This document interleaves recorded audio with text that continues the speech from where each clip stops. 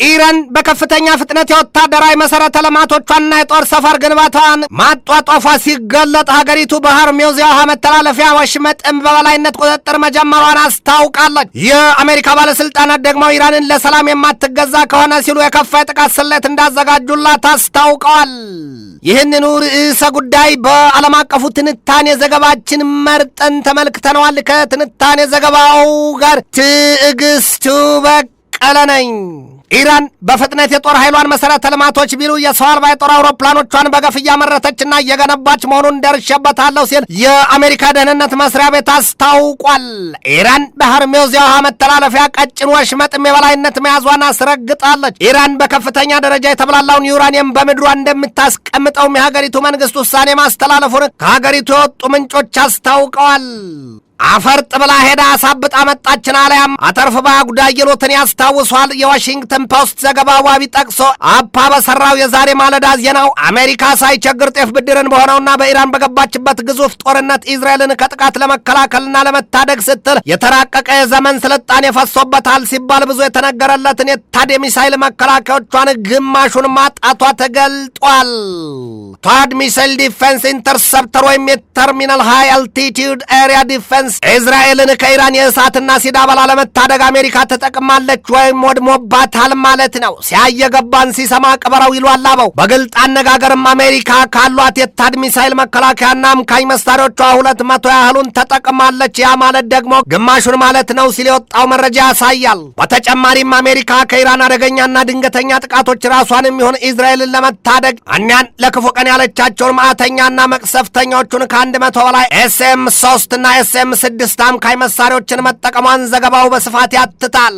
አሜሪካ እነዚያን ሁሉ የሚሳይል መከላከያዎች የተኮሰቻቸው ደግሞ እስራኤልን ለመከላከልና ለመታደግ በሜዲትሬኒያን ባህር ካስደፈጨቻቸው የጦር መርከቦቿ ላይ ነው። እስራኤልን ብትሆን ራሷን ለመከላከል ባሰላችው ቀብር ከ100 ያነሱ የአሮ አምካኝ እርሳሶችን 90 የሚሆኑ የዴቪድ ስለንግ የሚሳይል አምካኝ እርሳሶችን መጠቀሟን የተገለጠው። ይሁንና ግን ኢራን እነዚያን ሁለቱን ወዳጅና አጋር አባር ሀገራቱን በሌላም አነጋገር ጣምራ ፈጥረው ጦርነት ያወጁባትን እስራኤልና አሜሪካን በተናጠል አግኝታቸው ቢሆን ኖሮ ምን ይውጣቸው ነበር ሲሉ የሚሳለቁትም ምርቆ መሳፍርት የላቸውም። ሲያጋልጥ ይቆምጣል ይሏል አበው። ብቻ ግን ጉዳዩ ሳይደግ ሳይጣላ ምን ሆኖ እስራኤልና አሜሪካ በተባበረና በተረባረበ ክንድ ኢራንን ወረዱባት። ቢሆንም ግን ኢራን ዛሬም የእልህዋና የጽናቷ ነገር በግልጥ ይታያል ይሏታል። የኢራን መንግስት ዛሬ ባወጣው መረጃው በከፍተኛ ደረጃ የተብላላውን ዩራኒየም ከሀገሪቱ ምድር የትም እንደማይወስደው አስታውቋል። የኢራኑ መንፈሳዊ መሪ አያቶላ ሙጅተባ ካሚኔይ በሰጡት ማብራሪያና መመሪያም ጭምር ከእንግዲህ በኋላ የኒውክሌር ጦር መሳሪያ ለመስራት የሚያስችለውንና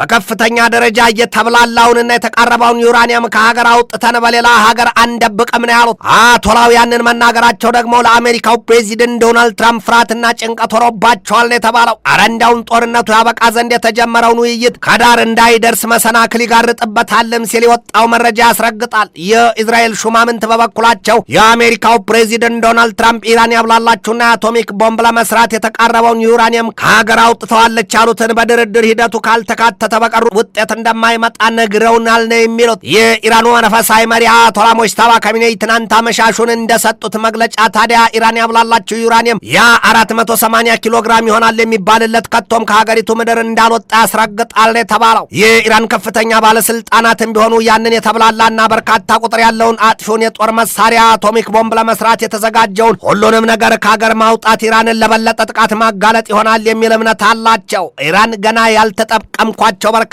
መጠንና አይነት ያላቸው መርዘኛና መዘዘኛ የጦር መሳሪያዎች አለኝና ማንም የሚያስብበት ልብ ያለው ልብ ይበል ስትል ያስጠነቀቀችው ትናንትና መሆኑ አይዘነጋም። ዛሬ በኢራንና በአሜሪካ መካከል ያለው ነገር እባብ ለእባብ ይተያይ ካብ ለካብን አሊያም ለአፈግማ አፍንጫ ድፍን ያዝለታልን ሆኗል ሲሉ የሚያሳዩት ብዙዎች ናቸው። የኢራኑ ከፍተኛ ተደራዳሪ መሐመድ ባጌር ቀሊባፍ ከትናንት በስቲያ በሰጡት ማብራሪያ ጠላቶቻችን በህቡዕና ሸምቀው የመጥፊያ ድግስ ከቶም የመቀበሪያ መቃብርም ሳይሆንም መቀመቅ እያዘጋጁልን ነው ሲሉ ማስጠንቀቃቸው አይዘነጋም። በእርግጥም አሜሪካኖቹ ለአዲስና ግዙፍ ጥቃት እየተዘጋጁ መሆኑን ብዙዎች ይናገሩባቸዋል። አስብቶ መብላት ያውቁበታልም ይሏቸዋል። የሰላም ድርድርና ውይይት እያሉና እያዘናጉ ገር ከወርች ሰንጋው አንጋለው መጣሉን ከነርሱ ወዲያ ላሳር ሲሉ የሚያወሩባቸው ለቁጥር ያታክታሉ። የትም ፍጪው ዱቄቱን አምጪው አሜሪካ ማሸነፍ እንጂ ሌላ አታውቅም ይሏታል። ማውራቱንም አትፈ አትፈልግም ይሏታል። ትራምፕም ቢሆኑ ከትናንት በስቲያ ማብራሪያ ሲሰጡ ሀገራቸው አሜሪካ ለተጨማሪ የኢራን ጥቃት ተዘጋጅታለች ነው ያሉት። ወዲህም ደግሞ ዞር ብለው ከኢራን ጋር ድርድሩ በጥሩ መንገድ ላይ መሆኑን መግለጣቸው አይዘነጋም። በአንድ ራስ ሁለት ምላስ። ኢራን በበኩሏ እኛም አውቀናል፣ ጉድጓድ ምሰናል አለች። እንደተባለችው ጠንቀኛ ፍጥረት የአሜሪካና የእስራኤልን ስውር ደባ አውቃለሁ ስትል አጻፋና ለበቀል ምላሽ ተንጠራርታ በጥፍሯ መቆሟን ታሳያለች። ከኛ በላይ ፉጨታ አፍ ማሞጥሞጥ ነውን ያስታውሷል። ተህራን ለረዥም ጊዜና በተደጋጋሚ የኒውክሌር ቦምብ መታጠቅ እንደማትፈልግ ብትገልጥም ግን ደግሞ ከሰላማዊ የኃይል አማራጭነት ያለፈ ዩራኒየም ማብላላቷና ዝግጅቷን የተመለከቱት ሁሉ እስራኤልን ከካርታ ላይ ልሰርዛት ነው የሚል ግምታቸውን ይሰጣሉ። ኢራንና አሜሪካን ክፉኛ አፋጦ ከውዝግብም ባለፈ የባህር ላይ ጦርነት ለመክፈት ዳግም በቋፍ ላይ ያቆማቸውን ጉዳይ በተመለከተም ኢራን ዛሬ ባወጣችው መግለጫዋ የዓለም 20% የነዳጅ ዘይትና የጋዝ መተላለፊያ ቀጭኔ የውሃ ወሽመጥ ሆርሙዝን ሙሉ በሙሉ መቆጣጠሯን አስታውቃለች። በአሜሪካ ወገን ደግሞ ሌላ ቢባልም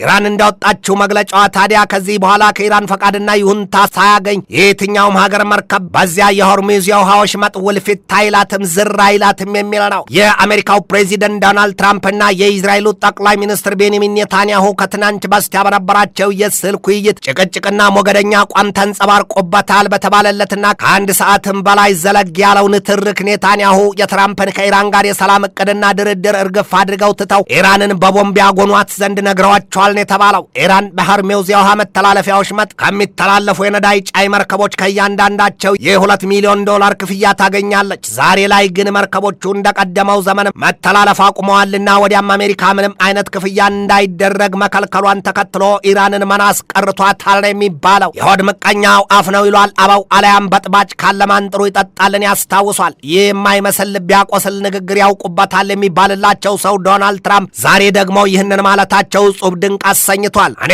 አሁን በእስራኤል ለጠቅላይ ሚኒስትርነት በወዳደር 99% አሸንፋለሁ፣ እንኪያስ ጠቅላይ ሚኒስትር ለመሆን እችላለሁ። ይህንን ካልሁ ደግሞ ወደ እስራኤል ሄጄ ለጠቅላይ ሚኒስትርነት እወዳደራለሁ ነው ያሉት። ሰውየው ከዚህ ቀደምም ቢሆን ኢራናውያኑ ከሟቹ አያቶላ አሊ ሰይድ ካሜኔይ በኋላ ቀጣይ መንፈሳዊ መሪ አያቶላ እንደሆን ጠይቀውኛል፣ እምቢ አልኳቸው ማለታቸው አይዘነጋም። ከጸደቁ አይቀር ይንጋለሉ አሊያም አፍ ያለው ጤፍ ይቆላል ሊሉትን ያስታውሷል። በኢራን ለመንፈሳዊ መሪነት ተጠይቀው እምቢ ያሉት ሰው ዛሬ ደግሞ በእስራኤል ለጠቅላይ ሚኒስትርነት ለመወዳደርና እንደሚያሸንፉ መናገራቸው ተሰምቷል። ልጅ አለ ልጅ አከለ ይሏል። ይሄ ነው ዓለም። ነገና ከነገ በስቲያስ ምን ታይ ምን ትሰማ ይሆን? ጊዜ ቁም ነገራም ነውና ጊዜን መጠበቅ ነው። የአሜሪካ የደህንነት ተቋማት በበኩላቸው ኢራን በተፋጠነ ስሌት የጦር መሳሪያዎቿን አይነት በአይነት እያወጣች የጦር ማዘዣ ሰፈሮቿንም እየገነባችና የተራቀቀና የዘመን ስልጣኔ የፈሰሰባቸውን የሰው አልባ የጦር አውሮፕላኖች እየሰራች መሆኑን ደርሰንበታል ሲሉ በገዛ የሀገራቸው ሹማምንት ልብ ሽብር ነስተውባቸዋል። በገዛ ረሟ እባብ ይዛ ታስፈራራለች ይሏል። አሜሪካ የኢራንን ጦር መሳሪያዎች ብቻም ሳይሆን የጦር መሳሪያዎቹን መስሪያና ማምረቻ ፋብሪካና ኢንዱስትሪዎቿን ዳግም እንዳንሰራሩ አድርጌ አውድሜያቸዋለሁ ስትል በትምክት የገለጠችበት ጊዜ እንዲህ ርቆ የሚዘነጋ አይደለም። ነገር ግን ዛሬ ደግሞ ኢራን በከፍተኛ ፍጥነት የጦር ሰፈሮቿንና የጦር መሳሪያዎቿን እየገነባች መሆኑን የደህንነት መስሪያ ቤቶቿ አስታውቀዋል። ትዝብቱ ነው እንጂ ስለት ሰው አይጎዳም ይሏል አባው። ትንታኔ ዘገባውን ስናዘጋጅ በዋቢነት ታይምስ ኦፍ እስራኤልን፣ ታይምስ ኦፍ ኢንዲያን፣ ኢንዲያ ቱዴይን፣ አልጀዚራን፣ ፎክስ ኒውስን፣ ቢዝነስ ሬካርደርን፣ ዋሽንግተን ፖስትና ጄሩሳሌም ፖስትን ተጠቅመናል።